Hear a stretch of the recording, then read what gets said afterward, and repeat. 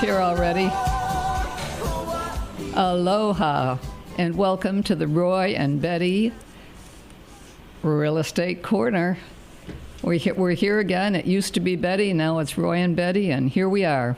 Almost Christmas. Well, it's still Betty's Real Estate Corner. Not really. Yeah, I'm a guest once in a while, so... Well, we'll see how that goes. Yeah. We'll see how it goes. Okay. So again, we're getting closer and closer to Christmas. 23 days? 22 days, something 22 like days, that. something like that.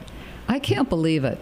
Do you remember as a child how it would get to Thanksgiving and still there would be months till Christmas? And you couldn't get to Christmas fast enough. And I don't know. My parents used to have gifts and stuff stored in a closet. And we were going through them all the time. I mean, didn't they figure it out that we knew where they all were?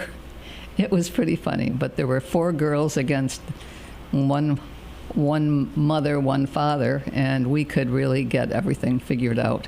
We didn't ever tell them, but it's okay now. They never learned, and it's better that they didn't. No. I hope we were better with our kids. I think so. We didn't. We hid better, or we didn't bring anything there. God knows whatever happened to it. Well, your dad had 5 women in the house. So, He did. He could God never bless. use the bathroom. He could never use the bathroom. I grew up in a 3-bedroom, 1-bath apartment. And that was it. I mean, there was 1 bathroom. And my father used to work different shifts. So he'd come home in the morning, he would come home in the morning after usually making a pit stop somewhere. And he'd get in, and the bathroom would always be tied up. That's all I can say. But there were 5 women that just got up. Anyway, it was pretty funny looking back at it all. But Christmas came and Christmas went, but it just took forever to get there. And I think that was true. You had 4 kids. I mean, What happened on Christmas? How did you ever get them to? Chaos, I would bet there was. Yeah. Total chaos. Well, I think we're going to have to kind of move along and figure out what is going to happen for Christmas this year. Well, it's a great time for giving. It's, the end of the year is when a lot of us start thinking about different charities to contribute to. And, pick your favorite charities and please give. I think it's important. I also think, and this one is trickier, harder, and I don't really there's nobody that I can say that we've talked to this year, but, there is someone in our life, in your life, that needs help for Christmas. And maybe it's something that you figure out a way to give to the children of that house, or to slip something to someone, or help in some way. Maybe it would be a food thing. Maybe it would be give them a gift certificate that, quote, somebody gave me, and we're not going to use it, but I'd love to have you use it. And but think about stuff like that. What could we do without making somebody feel less, but to be able to help them have a better Christmas for themselves and their children? Absolutely. And, what was the latest study that showed that 1 out of 3 Hawaii households has an issue as far as food? Yes. Being able to have an adequate food supply, and that's sad. And I know the Maui Food Bank does a fantastic job, and that's a very worthwhile charity to contribute to, both in terms of dollars and manpower, if you can handle it. If you can help move groceries, whatever. And what a great organization, the food bank. It really is. But again, the same thing. There's so many people that between pride and, I don't even know what to call it, but they can't ask for help. They're embarrassed by it. I mean, nobody wants to feel like it's Christmas and they don't have enough for their children or their husband or their parents or the parents, the different generations. No, absolutely. And those are the people that really we have to look out for, all of us, if there's some way. But it's hard because it's the people that don't want help that could use it in different ways. And let's all try to do something for somebody this year that will make somebody totally, totally happy and will change their life. And they won't have to say thank you to anybody. I mean, maybe they will, maybe they won't in the end figure out exactly what happened, but there's some way that we can make a difference for someone. You know, this makes me remember, I hate to dwell on it, but, you know, in the day or 2 days after the Lahaina fire, Yes. where people were in shock, they had no ID, no credit cards, no cash, and they were in need, you know, and it was a good feeling to be able to help some of these people, and you know, they were by and large very proud and refused and said, you know, no, we're okay, we just need some food or need some shelter or whatever. But you know, it was a, I don't know, kind of a good feeling to be able to help, you know, in whatever way we could. It was. I'd kind of almost forgotten about that, but that was a great thing because people were waiting in line in their cars. We were at the village, what would have been at the time the village center or the village golf course. Right. And cars were parked all the way down and into the parking lot and then going up the street to the highway and probably Down the highway for a bit. mile down the highway or something. I mean, it was a long, long, long line. And we were walking through, both of us at one time, and then there was one of the young people whose father worked for the Ritz-Carlton that was with us for a while. And we just talked to everybody, and nobody said, I really need something, you know, but they were waiting. They knew that there would be something down, you know, some people needed diapers for a child, for a baby, or they needed some food for the night, but they weren't. They were so happy to be alive and to see someone that they kind of knew and then to talk a little about it made such a huge difference to them. Absolutely. And like you mentioned, you know, we all know someone that could use a little bit of help. They're probably too proud to ask, but you kind of know, and it's a great feeling to be able to reach out and help them. You know, I mean, another thing that would be possible, if you know somebody like that, would be to ask them, you know, tell them something about you had gotten a ham or a turkey or as a gift. You know, could they use one because you're going to end up not cooking it? And if they say no, I mean, that's fine. But in a lot of cases, if that's what they really need, they'll say, no, we would love to have it. You know, and then you pass it on, even though you'd have to go buy it. Well, but I mean, that's something that could help somebody in a way without saying, sure, you need it, you know. I don't know. Let's all think about anything we can do to help. Little things, big things. Well, it is the holiday season, but, you know, we can look on this as a year-long activity. You know, it's not only a time of need during the holidays. It's the need gets heightened, I think, during the holidays, but it's a year-round thing. So, well, you're right, and what you said a little while ago was very true. I mean, there is a way to get the help, and who we should help is the food bank and any other organization that works on that, because there is a lot of, in Lahaina, there used to always be a huge thing for people, especially on holidays, where they would have a great dinner or lunch or Right. whatever it would turn out to be. right. And it'll happen this year in Lahaina. I haven't heard where, but I know it'll happen. And so many people will be able to go there and have a happy dinner. I think a couple of the hotels are planning on something. So, you know, pay attention to the news. I'm not sure what hotels, but I know the last few years, some of the hotels have stepped up and offered holiday meals and so forth. So, what a great effort.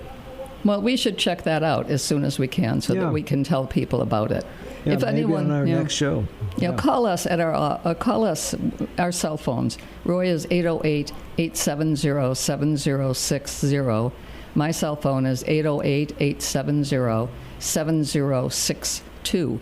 If you don't reach us right away, leave a message. You know, if you know a place that would be helping out with food for individual homes, and or that there's going to be a special dinner or Christmas Eve or Christmas Day, and we'll do our best to also spread the word. Yeah, and there's We've got a also- radio station. I Right. mean, we don't have a Well, radio station, but But, you know, we're here. like Toys for Tots and so forth, there are a lot of different programs. I haven't seen the Salvation Army out ringing the bell. Have you? No, I have. Well, maybe I just haven't Yeah. been the right places. Yeah. Has anybody here? No. No, I haven't seen them. There are only a lot fewer places nowadays. Yeah, Uh-huh. that's true. You're at Yeah. Walmart. Well, maybe Walmart. But you're right, because that is sad that if there isn't. But usually they will be around somewhere, and maybe it's not yet.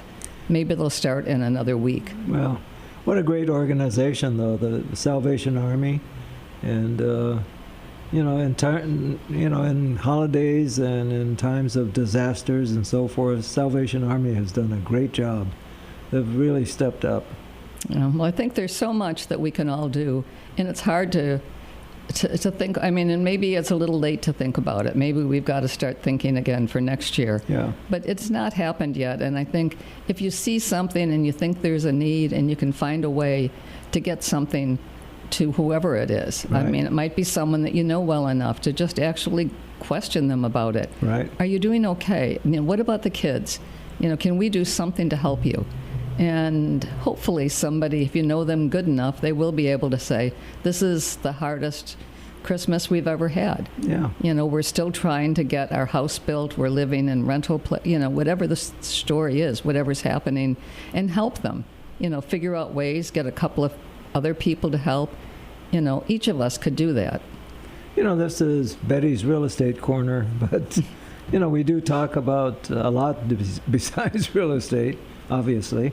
And we like to keep people informed of community happenings, what's going on, and so forth. We're not strictly a real estate show, obviously, but not to, get off the track again. But what a great breakfast we had this morning. Yes. We went to Jack's Inn. Oh, Jack's Inn. It is In such a Kapalua. great, happy place. Yeah, big shout out to Jack's because they're what a nice mom and pop kind of a restaurant, and it's very local, and just a fun place to go. Well, they're so welcoming. We had driven past for years, Jack's. It's just a small, very older place, and we never went in. And one day we said we should go there. We should actually go there. So we came over early for something, and we ended up going to Jack's, and we went in. And it was interesting because very, very local family owns it. They've been there forever, and they were very welcoming to us. I mean, kind of, again, interesting. Japanese boy, haole girl. Haole girl. They couldn't figure out what we were or who we were or why we were there, I think. Yeah. But they were so kind to us. I mean, they were so welcoming. They were perfect. And we went there again today, so that we go there off and on when we're here. And it's one of our very favorite places. It serves primarily breakfast, but they do serve lunch also. Great Sime Inn. Yeah, I mean, everything is great. I've had the Sime Inn. That's really, really good. It's not real expensive. I mean, you can order today. Let's see, we both had pancakes. Right. Way more pancakes than I could ever eat. Big I think pancakes. Huge pancakes. And then 2 eggs and bacon. Crispy bacon, which was really, really good. Good coffee. Great coffee, and it was perfect. It was priced right. I couldn't have had a better time. And again, the same wonderful, welcoming family are all there. In fact, whenever we travel, we don't necessarily hit the big box restaurants like Denny's or something for breakfast. We try to find kind of a mom and pop kind of an operation, and mix in with the local crowd there. It's kind of funny. Remember when we were in Japan, we went to a place that had counter service primarily. Okonomiyaki. Yeah. And it was so fun. I mean, we were with another couple who lived in Japan at the time, Hisanos. Right. And so there were, I guess, just 4 of us. 4 of us. But we're sitting at the counter, and it became so fun. I mean, I was the only one that didn't speak Japanese. Haole girl. Haole girl was there, but I may as well have. I mean, it looked like I understood everybody, which I, of course, didn't. But it was so fun. The food was fabulous, and they knew that I was liking it, so they were all getting me something else, and it was the best. It was so wonderful. Hiroshima okonomiyaki. It was Hiroshima. I forgot. Yeah, it's kind of a pancake with vegetables, shrimp, chicken. I guess you can put almost anything into it. Well, it was fabulous. And, It was great. Fabulous sauce. And you go back to that day, I mean, again, Hiroshima. Now, we definitely wanted to be in Hiroshima, and again, we were with some Japanese friends that joined us that live between Japan and here. It was the most sobering thing that I will ever do in my life, to be in Hiroshima and go to the Hiroshima Memorial. Yeah, the Peace Memorial. The Peace Memorial. Oh my gosh. Everybody in the world should go to that, and there'd never be another war. There wouldn't be. I mean, there wasn't a dry eye in the house, and there was everybody. I mean, there were Japanese people that were there. There were obviously one Japanese man and one Haole girl together. And we all, everybody that was there, I mean, there were a lot of military from the United States. Nobody walked out of there without crying. Yeah. And I won't say any more because it's too hard to even describe it. But anybody that has the opportunity, go there someday, because you'll have a different feeling for whatever happened. Yeah, whether you're in Tokyo or Kyoto, Osaka, you know, the Shinkansen, the bullet train, will take you to Hiroshima. Just, I mean, it can't be missed. No, and the bullet train is the greatest thing of all time. I can't believe. Oh, yeah. I mean, this is truly the bullet train. You get on that and you're going to be where you want to go, and you're going to be there fast and furious. If it says it's leaving at 10:02, it's leaving at 10:02. Yes. Not 10:03, not 10:01. No, whether you're on it or not, it's leaving at 10:02. No, my father was a railroad man, and growing up, we spent a lot of time on trains. There was never one that left exactly on time. They were great trains. It was fabulous. The service was the best. But still, I mean, when we were in Japan, they know how to do it. They definitely know how to do it. Well, you know, great. the subway system, like in Tokyo, can be very, very confusing. There's 3, 4, 5 levels of different subway trains. And, Yes. you know, depending on where you're going and so forth, sometimes you have to transfer and go up a level or down 3 levels and get onto another company's rail line. But, you know, the people are very helpful, and, you know, they'll direct you. They'll even get on the train with you. And, We did have a person that Yeah. did that. yeah, we got lost, and somebody, a businessman with a briefcase, Yeah. actually got on the train with us to take us to our correct stop. Well, he got off the train with us. Yeah. At what I think may have been the last stop anyway, but he actually got on another train and took us back to where we should have changed. Right. And he was just so kind. I mean, Yeah. I hope that one day, well, we've helped people all the time Yeah. in Maui, you know, where they're trying to figure out where they're going. And if you just take a few minutes with them, they're so happy. And I'm sure they'll tell the story for the rest of their lives about this funny couple that suddenly are trying to direct them or offering to drive them, or I don't know. We've done a lot of different things like that. Yeah. So I think we're coming down to, did I see Well, a sign? No, we're no. doing good time-wise. Yeah. So, how about some real estate? You know, No. it's an interesting market that we're looking at right now. The first reading of Bill 9, which has been very controversial, that has passed. So this, in effect, will ban vacation rentals in apartment zone developments. So, But it can't force you to do to do long-term rentals. no. You don't have to rent. No, that's not the idea. No, of it. you can use it for Right. family. You can use it for whatever you Oh, want. sure, absolutely. Because I think it's wrong. I think it's terrible that this is happening. Well, And I know I'm not supposed to be Irregardless- pushing that. It's regardless, there's probably going to be legal proceedings, unfortunately, and so we'll see. But it's, you know, there's both sides of it. There's the side that really needs housing and so forth. That's one issue, and then there's the other side that, you know, in terms of our property tax revenue and general excise and transient accommodations tax, we're going to be hit in the pocketbook. So our government income is going to be dropped drastically. well, there's so much that's going to happen that'll be very, very negative. and it's not going to help. And we've already spent over 2 years that we could have built housing, for people. Well, since the it's not Lahaina happening. fires, That's right. It's been 2 years plus. But the problem started 10 years, 20 years before that. It was here when I first moved here 50 years ago. Well, affordable housing, I think in any big tourist destination, affordable housing is a problem. Whether it's Maui, whether it's the Big Island, Vail, Colorado, Aspen,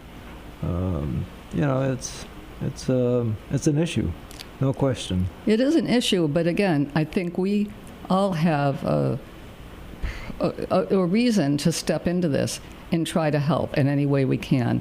And I think that we've kind of done whatever we can for the moment, but I think most people have to do the same thing. We all need to pay attention to it and think about what we're really doing and what can we do to provide more housing. And it's got to be housing for people who are working, that not people that are here, that just move here to take advantage of the beautiful weather and stuff. They've got to be here working and taking care of a family, and people that have just been born and raised here. They don't have a way to rent a place that was a short-term rental, and pay the kind of rents that'll be called for. I think it's going to be difficult. No, and in the past there were buildings built for quote workforce housing and so forth, but then lack of demand or whatever, the county turned around and allowed these workforce housing units to be used for transient accommodations, and away the train went, and it got away from all of us. It did, but also, I can't think of anything that was built. Let's say Napili Hau. Napili Hau is spectacular. Yeah. The homes in Napili Hau. They're small, most of them, 2 and 3 bedrooms, 1 bathroom, maybe 2 bathrooms and some. 900 and some odd square feet. The typical lot is maybe 3,000 square foot lot.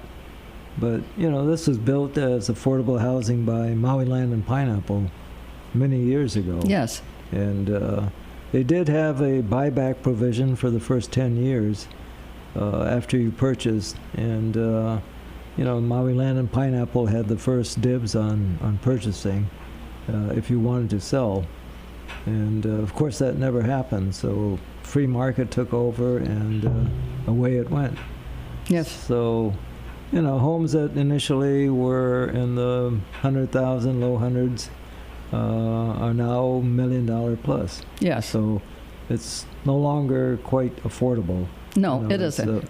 But they should be able to do something similar and have it be 3 bedrooms, and maybe it'll only be 1 bathroom. The land won't be a lot, but I think there is a way to still take care of small families. Well, the county and the state gives us a lot of lip service as far as affordable housing and so forth, but if somebody gave you a piece of land and said, okay, you can do affordable housing here, by the time you put in all the utilities and all the infrastructure, and then start building, whatever you're building is not affordable anymore. It's you're looking to, even if you're going to make a small profit, say a 10-15% profit, after going through all the rigmarole with all the county and state restrictions, you're looking at $1 million or so.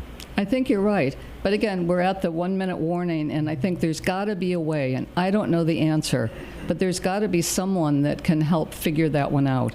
And even if it's at a loss, there has to be a way, and then it has to be families, there has to be either a buyback provision. Well, again, we'll talk about this more in subsequent shows. I think so. Here comes Danny. Here's Danny, and I love Danny Couch. Happy holidays. I love Hawaii. I could not love Hawaii more. Happy holidays. Aloha.